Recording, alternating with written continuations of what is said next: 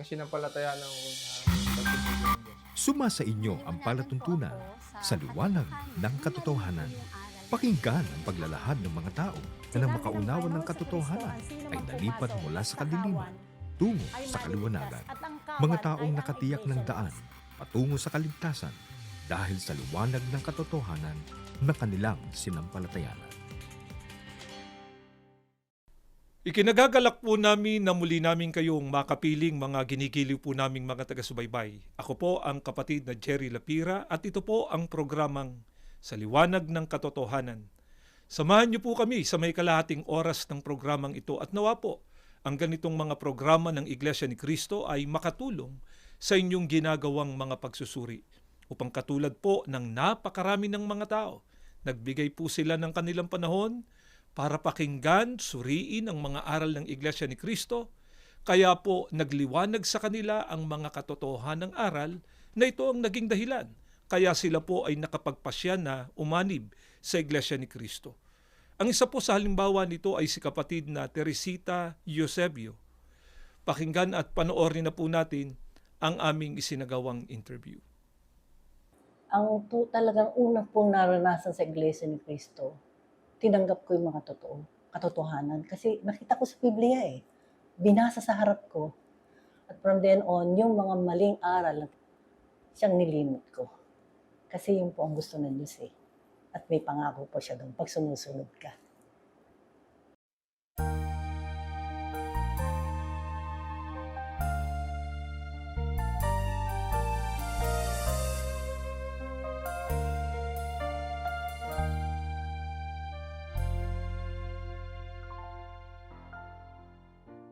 Ako pong si kapatid na Teresita Dizon Eusebio.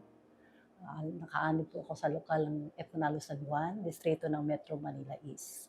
Sa kasalukuyan po, ako po ay diakonesa sa lokal.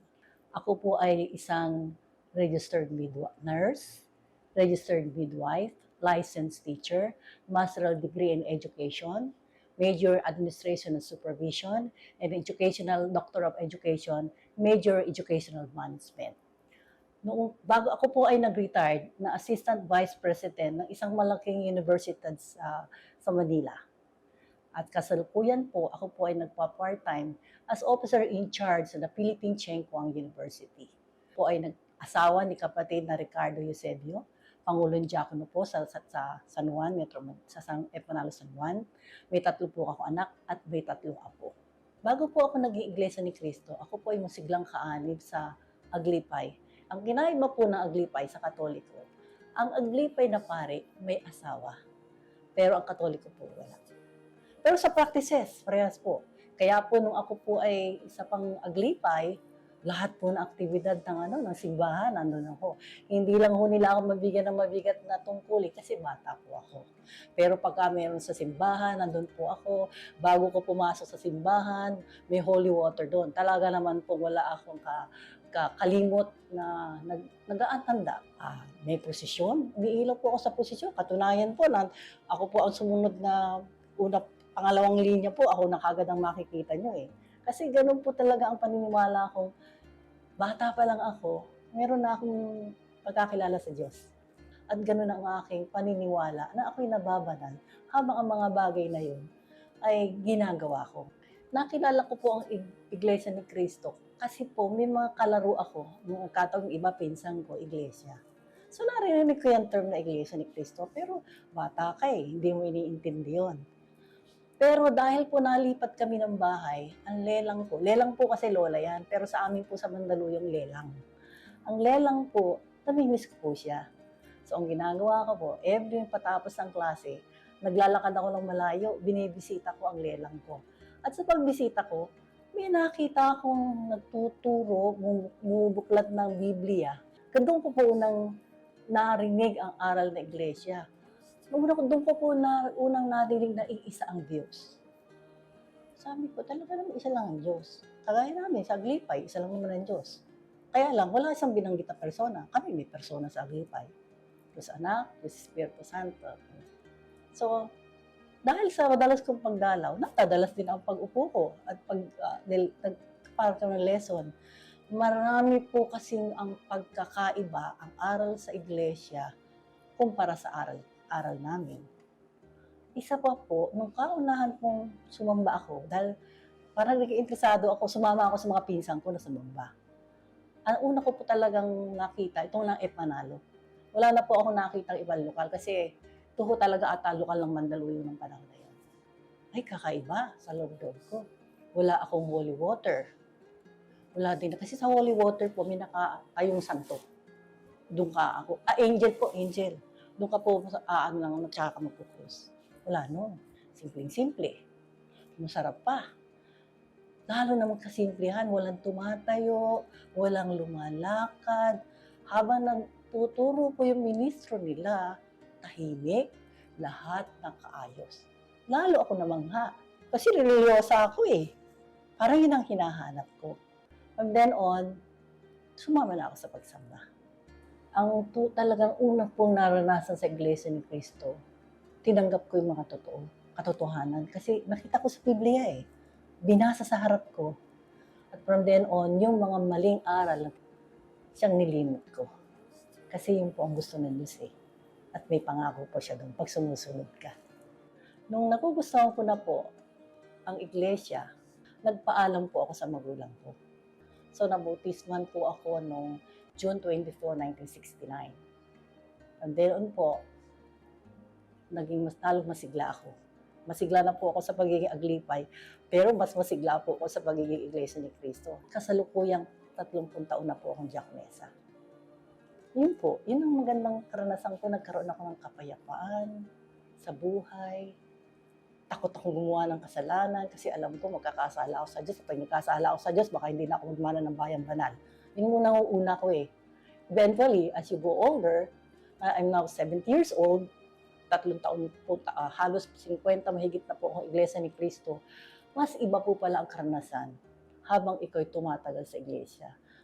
Ako po si kapatid ng Teresita Dizon Eusebio, isang diakonesa sa lokal ng Epinalo San Juan, Metro Manila East. Ikirarangal ko po na ko po ay makakaanib sa Iglesia ni Cristo. Gaya po ng sinabi ni kapatid na Teresita Eusebio, kaya siya nakapagpasya na umanib sa Iglesia ni Cristo, ay dahil dito sa Iglesia ni Cristo ay nalaman niya kung ano ang mga katotohanan ng aral, na ito ang umakit sa kanya para lalo niyang suriin, alamin ang mga aral ng Iglesia ni Cristo at nang maunawaan niya at sampalatayanan ang lahat ng mga aral ng Iglesia ni Cristo, ay nakapagpasya po siya na umanib sa Iglesia ni Cristo. At nung malaman niya yung mga katotohanan ng aral, lahat naman ng mga maling aral o mga kasinungalingang aral ay kanya naman pong itinakwil. Bakit po kaya napakahalaga na tanggapin ng tao ang katotohanan at sa pagtanggap ng tao ng katotohanan, meron din siyang dapat na gawin sa lahat ng mga mali o kasinungalingang aral na ito ay dapat niyang itakwil.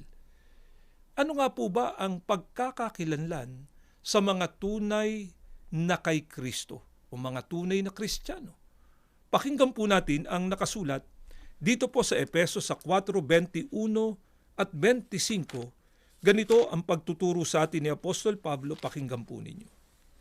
Kung talagang pinakinggan ninyo ang aral niya at naturuan kayo ng katotohanan na kay Jesus, dahil dito, itinakwil na ng bawat isa ang kasinungalingan at lahat ay magsalita ng katotohanan sa kanyang kapatid, sapagkat tayo'y bahagi ng iisang katawan. Kung inyong napansin mga kaibigan, sa pahayag na ito ni Apostol Pablo ay ipinakilala niya ang katangian ng mga tunay na kay Kristo. Ano po ang kanilang katangian? Ang sabi, naturuan niya sila ng katotohanan na kay Jesus. Sa makatwid, tinanggap at sinampalatayanan nila yung mga katotohanang itinuro ng ating Panginoong Sukristo. Ano pa po ang kanilang ginawa? At itinakwil naman ang kasinungalingan. Kaya, ang sino man pong nanghahawak sa aral na katotohanan, tandaan po natin, sila po ang mga taong tunay na kay Kristo. At ang mga napapaniwala naman po sa mga kasinungalingang aral, tiyak sila naman po yung mga tao na hindi sa ating Panginoong Hesukristo. Subalit pagka ang pag-uusapan po ay katotohanan, alam naman po natin na ito ay relatibo. Mayroong katotohanan sa ibang mga tao pero kasinungalingan naman sa iba. Para wag po tayong magkamali kung alin yung katotohanan na kay Kristo na tinanggap at sinampalatayanan ng mga tunay na Kristiyano. Alamin po natin ito. Alin po ba yung katotohanan na tinanggap at sinampalatayanan ng mga tunay na kay Kristo o mga tunay na Kristiyano? Pakinggan po ninyo at ganito ang mababasa natin dito po sa Juan, sa 17, ang talatay 17, pakinggan ninyo ito. Pakabanalin mo sila sa katotohanan, ang salita mo'y katotohanan. Tandaan natin, ang katotohanan na tinanggap at sinampalatayanan ng mga tunay na kay Kristo, walang iba kundi ang mga salita ng ating Panginoong Diyos. Saan po ba natin matatagpuan ang mga salita ng ating Panginoong Diyos? Dito po sa mga banal na kasulatan o sa Biblia. Gaya ng mababasa natin sa 2 Timoteo 3:15 hanggang 16. Kaya pagka ang isang aral, ang isang paniniwala ay wala po dito sa banal na kasulatan o kumokontra sa mga katotohanang nakasulat dito sa mga banal na kasulatan, yun po ay mga kasinungalingang aral. Ano ang dapat gawin? Doon sa mga kasinungalingang aral, dapat itakwil ng tao. At ang katotohanan naman, ang dapat tanggapin at sampalatayanan ng tao. Tandaan natin, ang mga tunay na kay Kristo, ang tinanggap nila ay katotohanan.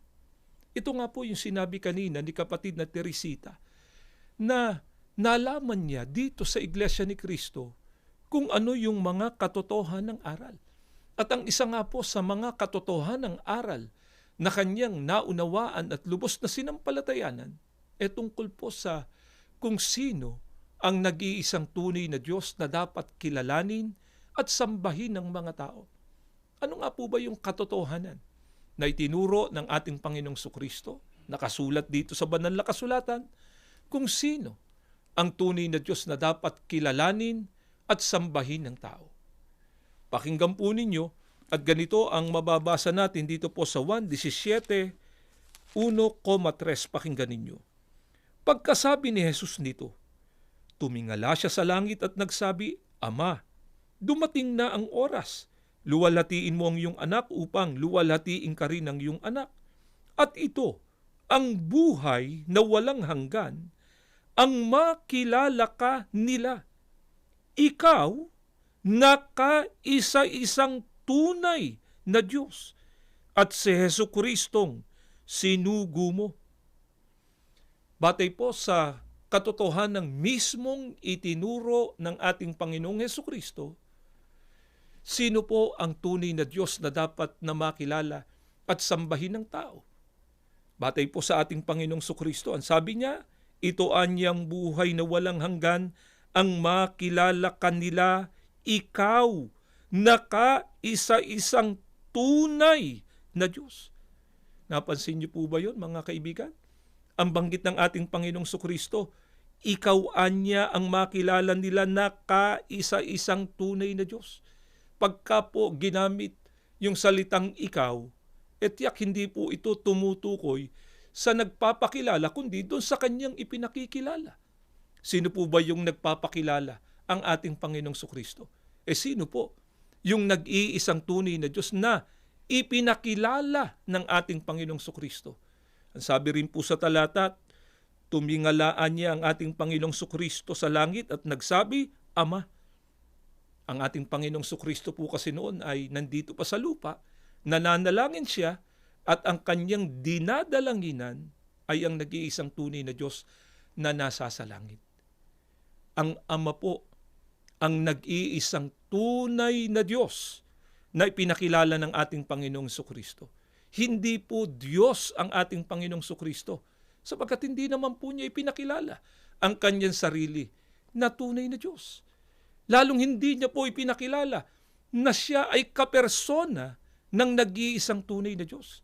Manapa nung ipakilala ng ating Panginoong Sukristo kung sino siya, ang sabi ng ating Panginoong Sukristo, at si Hesu Kristo anya na sinugo mo. Ang ating Panginoong Sukristo po, isinugo ng nag-iisang tunay na Diyos, walang iba kundi ang Ama. Kaya, nung malaman ito ni kapatid na Teresita, dati ang kanyang paniniwala, ang Diyos di umano ay may 3 persona, Diyos Ama, Diyos Anak, Diyos Espiritu Santo. Nalaman niya yung palang aral na yun, kasinungalingang aral. Kaya kaagad na itinakwil niya yung maling aral na yun at ang kanyang tinanggap yung katotohanang aral na mismong itinuro ng ating Panginoong Sukristo. Gaano po kahalaga yun? Sinabi rin ng ating Panginoong Sukristo kanina, ito anya ang buhay na walang hanggan na makilala natin na iisa lamang ang tunay na Diyos, walang iba kundi ang Ama. Ngayon, pagka ang pag-uusapan naman po ay mga taong nakatitiyak ng pagtatamo ng kaligtasan, meron din po bang ipinakikilala at itinuturo ang mga banal na kasulatan na mga taong tiyak ang kanilang kaligtasan pagdating ng araw ng paghuhukom? Meron po. At kung sino sila? Pakinggan ninyo, pahayag at pagtuturo ito ni Apostol Pablo. Dito po sa Roma, sa 5:8 hanggang 9, dito po sa saling Amplified Bible, sa pagkakaliwat na po ito sa wikang Pilipino natin basahin, pakinggan po ninyo. Subalit ipinakita ng Diyos at maliwanag na pinatutunayan ng kanyang sariling pag-ibig sa atin sa pamamagitan ng katotohanan na samantalang tayo ay mga makasalanan pa, si Kristo ang Mesiyas, siyang pinahiran, ay namatay para sa atin. Kaya nga, yayamang tayo ngayon ay inaring dapat na pinawalang sala, ginawang matwid, at dinala sa tunay na kaugnayan sa Diyos sa pamamagitan ng dugo ni Kristo. Gaano pa kaya katiyak na ililigtas niya tayo sa galit at puot ng Diyos?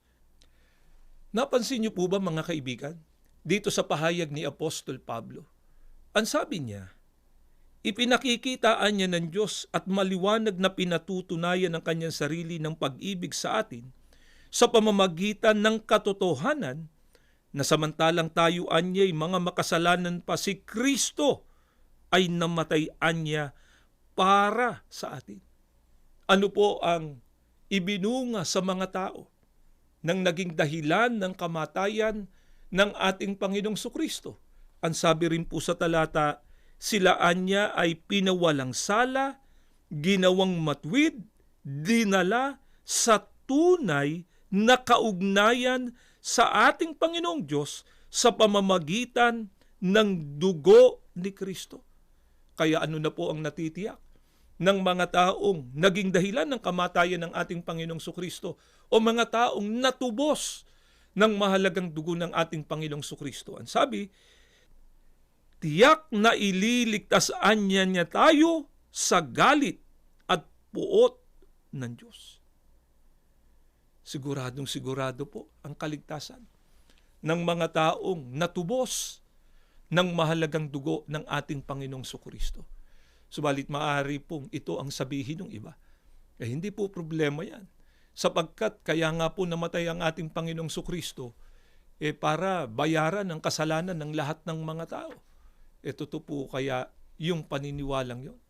Yung po kaya ang katotohanan nakasulat sa banal na kasulatan. Pagka ang Biblia po ang ating sinangguni, sino nga lamang po ba ang pinatutunayan ng banal na kasulatan ng mga taong natubos ng mahalagang dugo ng ating Panginoong Sukristo? Pakinggan po ninyo at ganito ang mababasa natin dito po sa Gawa 20:28. Salin naman po ito ni Ginoong George M. Lamsa. Sa pagkakaliwat na po sa wikang Pilipino natin basahin, pakinggan ninyo. Ingatan ninyo kung gayon ang inyong sarili at ang buong kawan. Narito'y hinirang kayo ng Espiritu Santo ng mga katiwala upang pakanin ang Iglesia ni Kristo na binili niya ng kanyang dugo. Batay po sa katotohanan na nakasulat dito sa Biblia. Ang binili o tinubos ng mahalagang dugo ng ating Panginoong Sukristo ay walang iba kundi ang Iglesia ni Kristo. Dahil po dyan, ano po ang katotohanan na itinuro ng ating Panginoong Sukristo na dapat gawin ng mga tao na nag-iibig na magtamo ng kaligtasan? Pakinggan ninyo ang mismong pagtuturo at pahayag ng ating Panginoong Sukristo. Dito po sa 1, sa 17 at 9 pa, ay ganito ang ating mababasa dito po sa saling Revised English Bible. Sa pagkakaliwat na po sa wika natin, pakinggan ninyo. Kaya muling nagsalita si Jesus, buong katotohanan sinasabi ko sa inyo, ako ang pintuan ng kulungan ng mga tupa. Ako ang pintuan. Sino man na pumasok sa loob ng kawan sa pamamagitan ko ay maliligtas. Sa pahayag na ito ng ating Panginoong Sukristo, binigyan din niya buong katotohanan niya na kanyang sinasabi. Tandaan natin, ang mga tunay na kay Kristo o mga tunay na Kristiyano, tinanggap, sinampalatayanan nila yung mga katotohanan na itinuro ng ating Panginoong Sukristo. At ang isa nga po, sa mga katotohanang itinuro ng ating Panginoong Sukristo, ang sabi niya, siyaan niya yung pintuan, sino man na pumasok sa loob ng kawan sa pamamagitan niya ay maliligtas. Ang kawan po na kung saan naroroon ang mga taong tunay na pumasok sa ating Panginoong Sukristo, binasa na po namin sa inyo kanina sa Gawa 20:28, walang iba kundi ang Iglesia ni Kristo. So makatwid, nang magpasya po si kapatid na Teresita Eusebio, naiwan ang kanyang dating reliyon at umanib siya sa Iglesia ni Kristo, ibinatay pa rin po niya sa katotohanan ng mga nakasulat dito sa banal na kasulatan yung kanyang naging pagpapasya. Kaya natitiyak niya na tama ang kanyang ginawang pagpapasya na pumasok o umanib sa Iglesia ni Kristo. Tandaan natin, sa ating ginagawang pag-aaral, ang mga taong tumanggap ng katotohanan, silaan niya ang nakatitiyak ng pagtatamo ng kaligtasan, at ang mga taong tumanggap ng katotohanan, itinakwil na rin nila lahat ng mga maling aral o mga kasinungalingang aral. Ng mga aral na ito, hindi maghahatid sa kanila sa kaligtasan, kaya itinakwil nila yon. Tinanggap naman nila yung mga katotohanan ng aral sapagkat ito nga ang makapagliligtas sa kanila pagdating ng araw ng paghukom. Kaya nga po, patuloy namin kayong inaanyayahan, mga mahal po naming mga taga-subaybay. Suriin niyo po ang Iglesia ni Kristo. Isa lamang po ang tinitiyak namin sa inyo. Lahat ng mga aral na sinusunod dito sa Iglesia ni Kristo, ang pinagbabatayan po ay ang Biblia. Maliban po dito sa Biblia, wala na pong pinagbabatayan pa na aral ang Iglesia ni Kristo. Kaya nga po si kapatid na Teresita ay meron ding paanyaya sa mga nakikinig at sumusubaybay ngayon na hindi pa kaanib sa Iglesia ni Kristo. Pakinggan at panoorin po natin ang kanyang paanyaya. Doon po sa mga kaibigan ko, kasi sa kamag-anak ko halos iglesia na eh. Sa mga bago kong kaibigan, dati kong kaibigan, madalas ko po kayo aniyahan kung may pamamahayag. Bigyan niyo po ng pagkakataon ng sarili niyo. Maging maligaya tulad ng naranasan kong kaligayahan ngayon. Pagka po may nag-anyaya sa inyo, pagbigyan niyo po, kahit minsan lang, pagbigyan niyo po. Sabihin niyo kung sinungaling po ang hindi ko sinasabi sa iyo, masayang maging Iglesia ni Kristo. Nawa po ay nakatulong ang ginawa naming paglalahad na ito ng mga kalooban ng Diyos sa inyong ginagawang mga pagsusuri, at loobin nawa ng ating Panginoong Diyos na dumating na din po ang pagkakataon. Magkasama-sama na po tayo dito sa Iglesia ni Kristo. Bago po tayo magtapos ay inaanyayahan po namin kayo sa isang panalangin. Panginoon na aming Diyos, maraming salamat po sa pamamagitan ng programang ito na ipararating namin sa mga tao ang iyong mga kalooban, mga katotohanan na dapat tanggapin ng tao para magtamo po kami ng pangako mong kaligtasan. Maawa ka nawa po sa mga nakinig at sumubaybay ngayon na hindi pa kaanib sa Iglesia ni Cristo. Nawa po maging daan na po ito para lalo nilang suriin ang halaga ng pag-anib sa Iglesia ni Cristo. Panginoong Jesucristo, lumalapit po kami sa iyo. Maawa ka po patuloy na ipamagitan ng aming mga panalangin. Pakibasbasan lahat ng iyong mga hinirang. Ama, higit po sa amin, pakipagpala mo po ang kapatid na Eduardo Manalo, ang aming tagapamahalang pangkalahatan. Ang lahat inihiling na po namin sa pangalan po ng aming tagapagligtas na si Kristo Jesus. Amen. Hangad din namin na kayo ay maliwanagan at magtamo ng kaligtasan. Hanggang sa muli, ito ang palatuntunan sa liwanag ng katotohanan.